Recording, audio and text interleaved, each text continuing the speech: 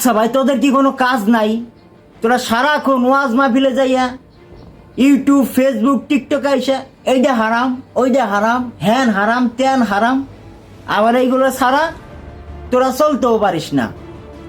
তোরা আগে ফতোয়া মারতি, ইংলিশ বলা হারাম, ছবি তোলা হারাম, ভিডিও দেখা হারাম, সব এখন হালাল হয়ে গেছে।